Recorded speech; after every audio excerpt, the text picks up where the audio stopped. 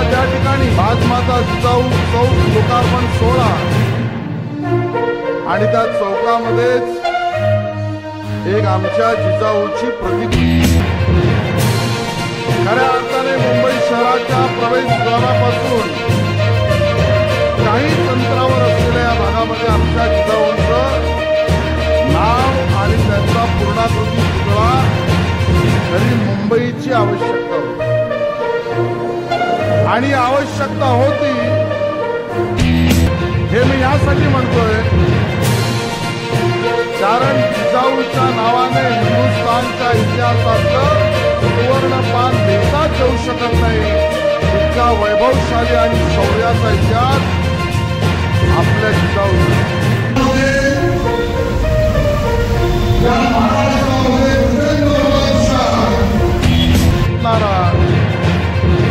खासदार कसा असावा तो गोपाळ शेट्टींच्या रूपाने आपण जाणून आणि म्हणून आज या ठिकाणी राजमाता जिजाऊ चौक लोकार्पण सोहळा आणि त्या चौकामध्येच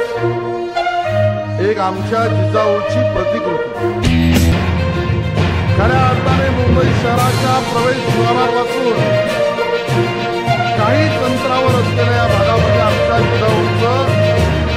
नाव आणि त्यांचा पूर्णाकृती पुतळा तरी मुंबईची आवश्यकता आणि आवश्यकता होती हे मी यासाठी म्हणतोय कारण जिजाऊच्या नावाने हिंदुस्थानच्या इतिहासातलं सुवर्णपान देशात येऊ शकत नाही इतका वैभवशाली आणि शौर्याचा इतिहास आपल्या जिजाऊचा